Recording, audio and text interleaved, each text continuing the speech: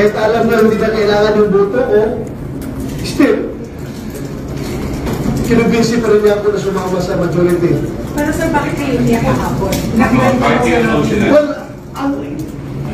kasi yung nakapirma ako before mag-start ang session, di ba? Pumasok ako doon.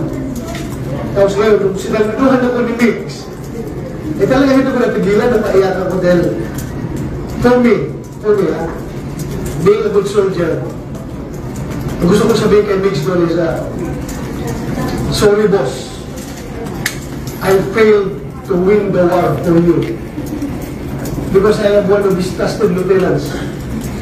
Ang kanyang mission sa akin is talagang i-secure yung aking partido, yung PDP na patuloy na magsuporta sa kanya. But still, as I have said, meron kami usapan,